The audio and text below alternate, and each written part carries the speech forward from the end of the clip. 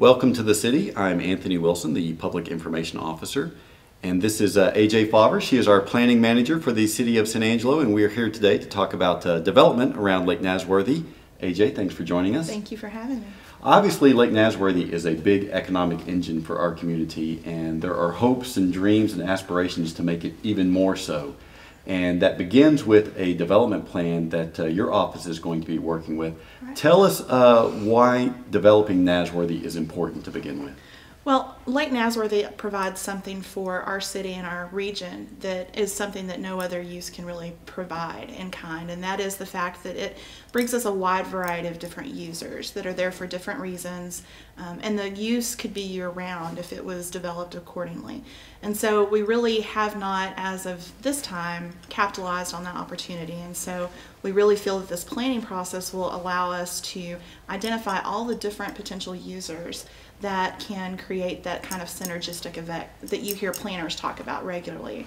It's something that makes economic development more sustainable because it builds off of the activity that's already in place around the lake.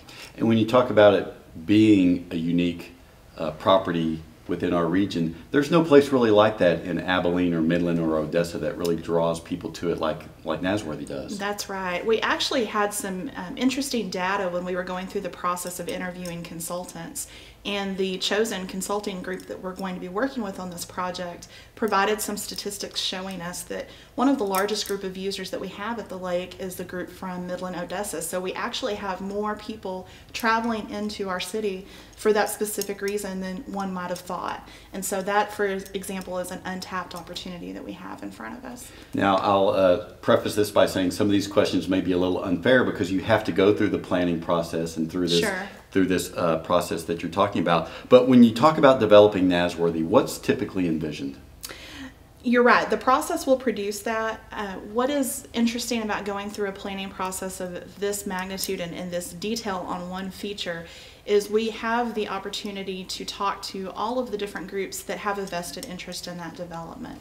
And so I know that the tendency typically is for people to assume that there will be some sort of mass commercialization or massive residential development out there around the lake, but really, the consulting group that we chose, one of the reasons we specifically chose this group is because they have extensive experience with waterfront development. They understand the unique challenges that that brings. They also understand the importance of the environment and the natural setting and the preservation of that setting. So I really imagine what we will come out with is a vision of something that is largely environmental, but is augmented by the kinds of services that people that might travel for the lake or local people going to the lake for the day or the weekend might need while they're enjoying that amenity. Now, obviously, water is the big attraction at Nasworthy, but aside from water, what are some of the assets that's around the lake that should make it attractive for developers? Well, again, when you're thinking of development, specifically commercial development, you have to think about the long-term promise of that investment because that's a very pricey investment, especially in a segment of the city that hasn't seen a lot of development. And so the way that you curtail those concerns really is to select sites that have, again, a wide variety of different users that can build off of one another's activities. And so to a developer, that is something that is very attractive. It's something that is more sustainable than putting a retail development in a particular part of the city. Eventually the new wears off of that development and people start to go elsewhere. And you can see that as you drive through our city, some of the aging commercial corridors that we have that are left behind. So this opportunity really provides something for a developer that they might not find elsewhere in the community, and that is to combine the recreation aspects, the natural aspects, the tourism aspects, and then some of the opportunities for business and residential living. And so all of those things work together to form a more long-term and, again, a more sustainable type of investment that has potential further down the road as well as immediately. Mm-hmm. When we talk about a development plan, what typically does a development plan entail? That's a good question. Most people are not going to be familiar with that process, and so this will provide us a good educational tool.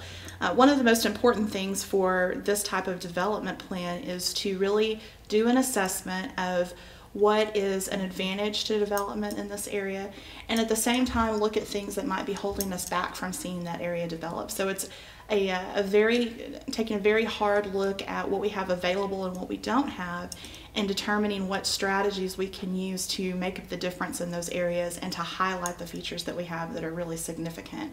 And so this plan results in sort of a roadmap, if you will, of letting us know where the appropriate areas are for different types of uses. And that way it is thought out in a manner that allows those uses to be placed in the best possible positioning method that eliminates the opportunity and sort of the unknown as developers are coming to look at what opportunities are here in San Angelo. Developers like to have some reasonable sense of expectation, and this kind of planning process can provide that for them. As you know, there are some skeptics about this process and about this plan, Sure. But is it fair to say that we haven't had a development plan, and thus Nasworthy really hasn't even scratched what its full potential is? That's incredibly accurate. We went through a very long-term comprehensive planning effort in 2009, and it resulted in a great product that we've used very successfully for the city. Downtown is a very good example of that. However, that plan did not take a very focused and a closer approach to examining the lake and what should happen out there and what could happen. And so this will take the approach that we call the sub-district approach, where we really look at Lake Nasworthy on its own, and then we look at that in the context of a neighborhood, and then we pull out and look at it in the context of a city, and then lastly we pull out and look at it regionally. So it allows us that examination that as of yet has not been undertaken. Obviously the city has professional planners, educated, trained people on its staff, so why go out and hire a consultant to draft this plan? That's a question we hear all the time. The thing that you have to consider when you're considering whether or not it's the right opportunity to bring in a consulting group is, number one, the kind of timeline that you're working with.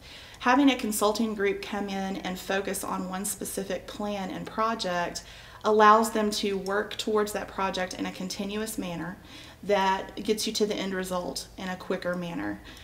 When you're working with city staff, we obviously don't have that luxury, and our staff is very small. We're a staff of 4, and we have 6 boards and commissions we work with. We have a number of customers coming in on a daily basis, and so we don't have the flexibility to set those items aside and work on one project of this magnitude for a period of time such as this one that would be around a year.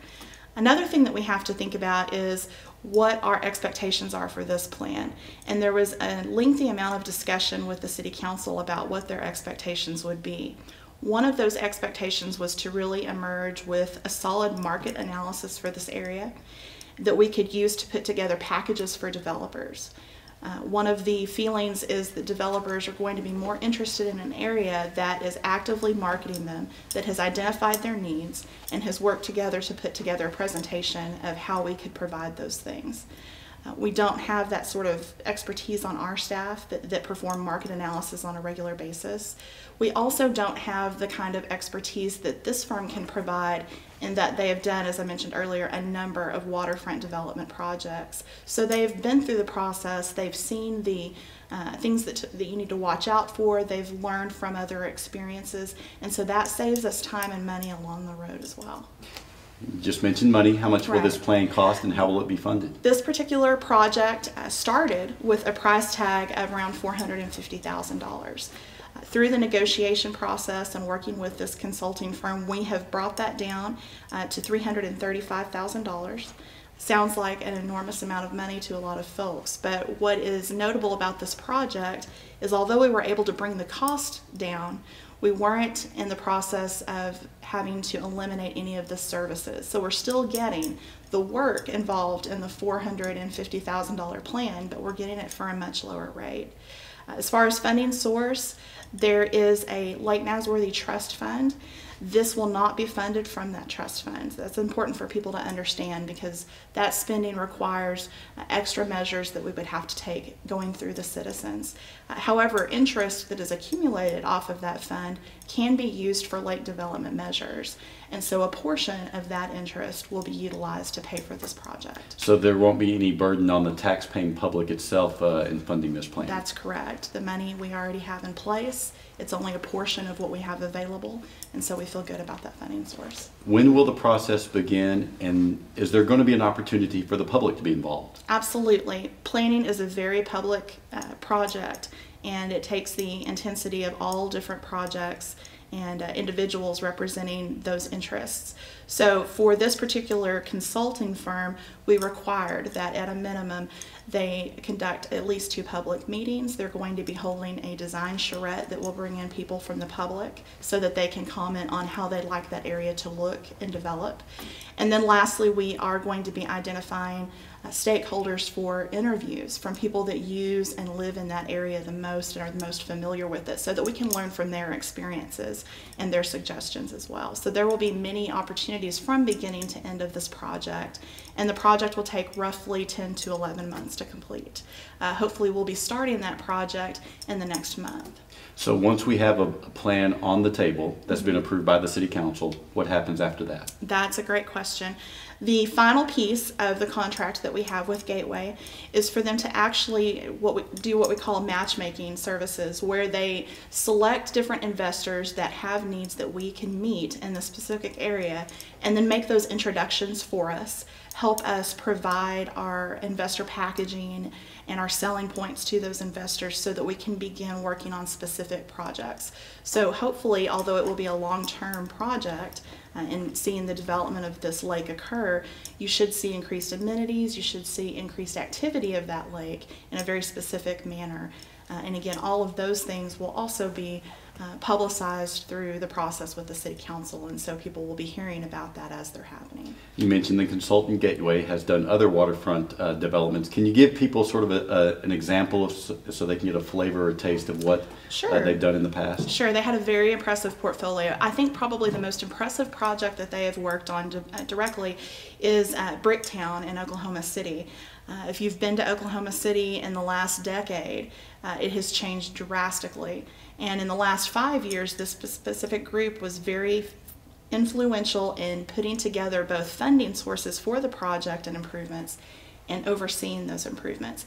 And so you've seen more of a canal theme emerge. You have seen a large amount of tax money that has been put together from having residents and existing businesses in Oklahoma City relocate to those areas. And the tourism numbers that they have seen have gone up incredibly since the beginning of this project. So they've had some good successes under their belt, and that paired with the extensive market analysis that they're going to provide us with, we think that that's going to provide us with the best product that we could imagine. Final question, what do you think is going to be the biggest hurdle that either the consultant or the city is going to have to overcome in order to really get out of Nasworthy what we're hoping to? Honestly, the hardest thing in my mind as a planner is always the visioning part of that. When you're dealing with a community, you have so many different vantage points and interests and likes and dislikes. So getting your arms around all of those opinions and coming up with a cohesive vision, I think is going to be the hardest part. But that's also the most rewarding part, because that's where you really get to hear from the people that will be the end users and the residents of this area. And so you really make sure that you have some accountability. You're producing what was envisioned, you're providing the answer for the questions that were asked. We've been talking with Planning Manager AJ Fawver. We'll return in just a moment with our Community and Economic Development Director, Shawn Lewis. But first, we're going to spotlight one of the city's outstanding employees, Municipal Court Administrator Linda Gossett. My name is Linda Gossett. I'm the Court Administrator for Municipal Court. I've been with the city 28 years. I've loved this job. I love what I do. I love what it represents, and I just enjoy my job and like what the court does. The court represents justice for individuals, for the public. We're here to explain all the laws that we can, that as a clerk, that we can explain. There's a lot of things that we can't give legal advice on.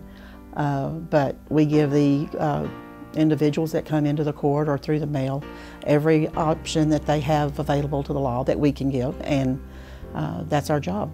There's never a day that goes by that something new is not thrown at you. The law changes every 2 years with the legislation, so just about time you think you've learned it all, it changes. It's never boring, and it just keeps you going. Everybody that comes in the municipal court is not happy. They've gotten a ticket. You get ones that, I did it, I just need to take care of it, what do I need to do? You get those that want to plead not guilty, so you have to explain the rules to pleading not guilty. But in general, people come in with warrants. We have to make arrest at the front counter, the marshals do. But we make sure everybody understands what their options are, and not just, you know, the fine is this much money and that's what you need to pay. For the last 42 years I've worked with the court system. Travis County first, District Court, and then I was court administrator for Tom Green County for several years. And then I've moved over here for the last 28. It's just in your blood. It's like being any other job, like being a fireman, a policeman, anything like that. It gets in your blood, and it's just, if you really like it. It's not an everyday job. It's not that you come in the morning and you have a stack on this side and you do this today and it goes over here to the out basket, and then tomorrow you've got another basket. It comes in as it comes in, and that's what you have to deal with. Some of the things that we deal with are really sad with the situations that the individual's going through. And you can't take it personally because we are following the law. We're not doing things that we make up as a court here. I mean, it's law throughout the state, and we have to follow those rules. And so that's one reason it makes it different. Went to Lakeview and graduated Lakeview. Husband and I got married in 71, 42 years ago. Well, actually almost, well, yeah, 42. And moved to Austin for a few years, 8 years, and then back home, and we've been here ever since. I have a junior and a freshman at Lakeview, and I have a first grader, and so I get to go pick him up after school and play. We do. We travel a lot with soccer, and I have a cheerleader and baseball player, and Hagen's just getting started, and so every weekend is with them. There's not a day one that our boss doesn't walk in and take time out to pat everybody on the head every day and say, how was the family, how was your night? And it's just, having a family up here at the office is nice. I'm retiring the end of the year, and I love my job. It's not that I'm trying to leave for any reason other than I think it's time to go. I have 3 grandkids, and I want to go play with them a little bit.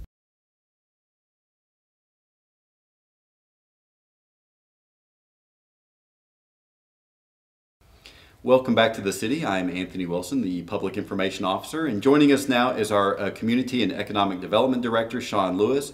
We're going to be talking about downtown development. Shawn, thanks for being with us. Thank you for having me. A lot has happened downtown. How has that generally occurred? Is that something that has just sort of happened in and of itself, or what role has the city played? Well, the city has been very active in downtown revitalization. When I got here about 6 years ago, I would say that there was somewhat a sense downtown that something was about to happen. We were in the process of creating a tax increment reinvestment zone, or as we call here a TIERS. And that zone was in the process of being created. People saw that as a way of getting funding for downtown improvements. And so we finished that process, and what that does is it provides us with a dedicated funding source to help revitalize downtown, not by raising taxes, but by redirecting new funds that come into the district. Say a new business opens, or property taxes or property values raise and rise, that would allow for more money to come into that zone. So that's been very beneficial. What we were able to do with that initially was create a set of downtown incentives, and those have ranged from everything such as a facade grant, which we've had dozens of buildings downtown that have been renovated and preserved through those facade grants. That type of thing, all the way to incentives. For instance, if you want to redo a building and you have to take asbestos out because the building might have asbestos or some other hazardous material in it, our grants can help remove that. We can also help you with your fire escapes, secondary exits to get out of the building, any kind of code issue that sometimes might deter development. We have to try to provide an incentive for to actually encourage you to do that and to not make those code requirements quite so onerous. And it seems like once the ball has gotten rolling downtown, it's just snowballed from there, and we see sort of a chain reaction. Right, right. And it's really been exciting to see. I happen to be lucky enough to live downtown, and I moved there. I owned a home, kind of flipped it in Santa Rita, and got a great loft downtown. And so I have been, felt very lucky to be able to see the transition that's going on down there. A lot of, with the nightlife really coming alive in downtown, it's been very exciting, as well as some new restaurants and some new retail outlets as well. And so I think the city also has been trying to be very active in trying to negate the idea that we aren't completely pro-development as a city organization. Because of the building codes and because of the fire codes that exist, a lot of times cities really everywhere get a bad rap for not being as pro-business as they could be. So what we've tried to do, not only with those incentives that I mentioned, but also in looking at our development process and how are we being proactive in trying to help people develop their properties. One of the first things we did was created what's called the Development Review Committee. So now every Friday, not only downtown business and property owners, but anyone throughout the city can come and sit down with our fire marshal, our building official, our planners, everybody who's going to be reviewing a set of plans or inspecting your project, and we work through issues before you ever start. And so that's been very beneficial to get people in early, resolve the problems early, so that we can really head off problems before they become bigger issues. And we've also really streamlined the process as far as trying to make the plan review time shorter. Many times with downtown projects, we have the lead official, in this case for fire prevention, it's the fire marshal, and with the permits and the inspections division, it's the building official. I have asked them to be hands-on with downtown projects because they are more complex. Downtown buildings are older. They a lot of times have those asbestos issues and electrical issues and things that you're not going to find in a building that was built, even from the 70s on to the present. So they're more complicated, and those code officials, I've asked them to be hands-on, to be very proactive in looking and being creative with finding solutions to development problems. Our city staff has developed a downtown development plan. Talk a little bit about what that plan entails and what we hope to achieve through that plan. Right. The master plan for downtown has really been a joint process. I wouldn't say that's been just the city. Certainly we've played an important role in that, but working with downtown San Angelo, with some of our historic preservation groups, we've really collaborated with all of those groups to try to bring together a number of plans that have kind of been on the books but have not necessarily ever come together in one cohesive document. And so what the city has done is try to take the lead in bringing people to the table. And so some of the planning documents that we've used have been the comprehensive plan, which is really a city-wide development plan that had a special section for downtown. We also used the Downtown San Angelo annual action plans over the last few years in looking at what they're trying to do with downtown development and incorporated those into the plan. There was a plan a few years ago called Visionaries in Preservation, which was more of a preservation action plan. We incorporated those. So a lot of different resources have gone into that. We've tried to put all of those plans together, and now we've got a really great document that I think will guide us well into the future. And so now it's just a matter of kind of finalizing that plan, put the finishing touches on it, and getting some help in implementing that plan. We'll talk a little bit about that. What sort of help do you want or need in order to implement the plan?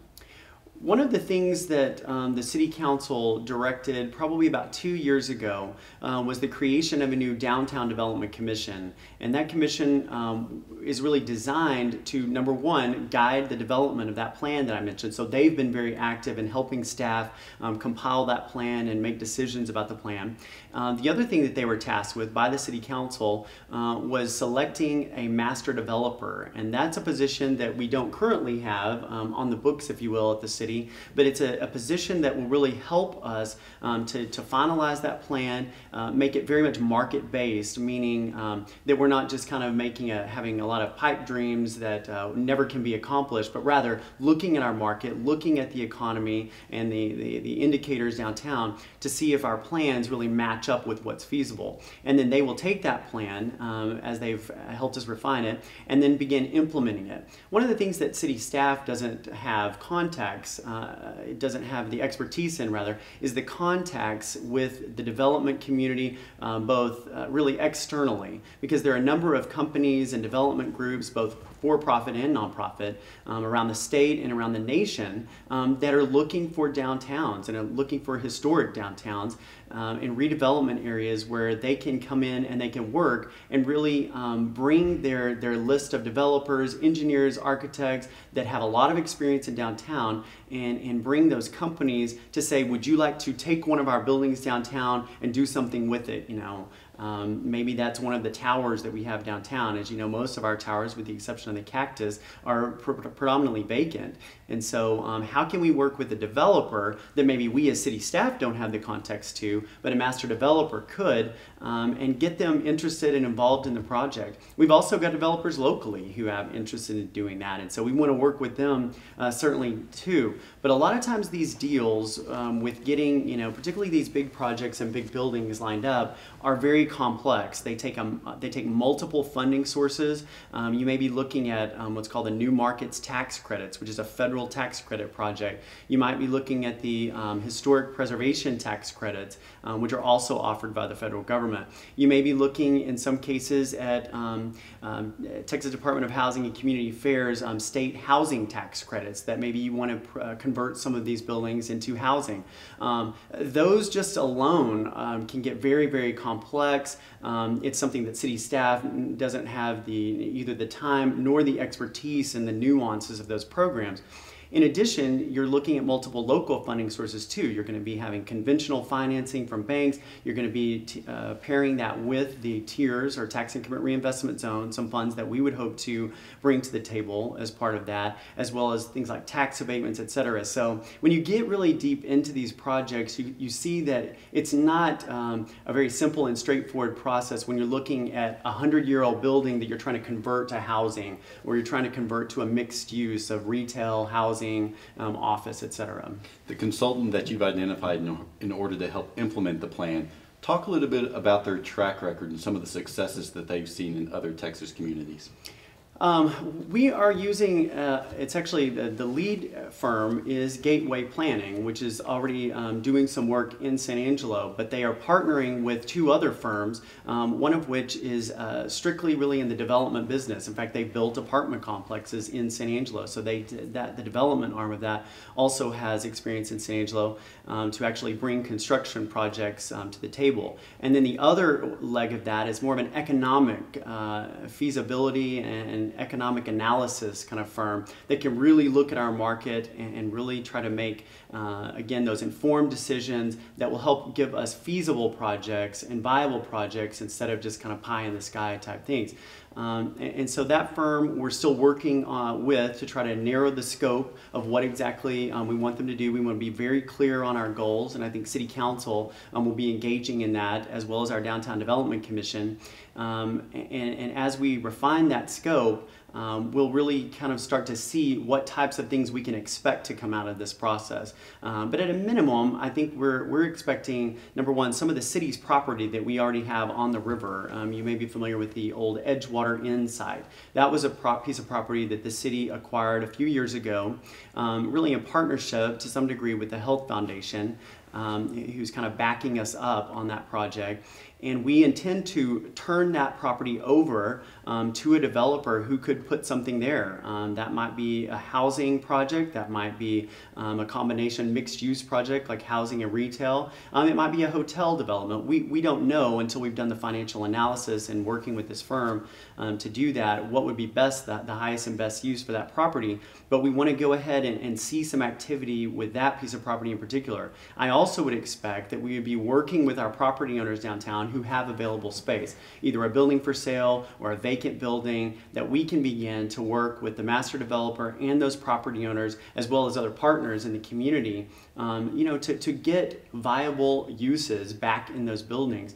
This is about the highest occupancy rate downtown San Angelo has enjoyed in the last 20 years, I would say for sure. And so we've already had some success, but I think we're really at a tipping point on whether or not we can make the leap and go ahead and get these buildings that are still vacant, that are probably more difficult than some of the other ones that have already been filled, to make that leap into getting those occupied with a really good mix of businesses that make our downtown a great place to live, but also to work and come to your office or to your business and to play, because downtown increasingly is becoming a center for entertainment and activity for young professionals and families. So we're excited about that. We've been talking with our Community and Economic Development Director, Shawn Lewis. I'm Anthony Wilson, the Public Information Officer, and we hope you'll join us for the next episode of The City.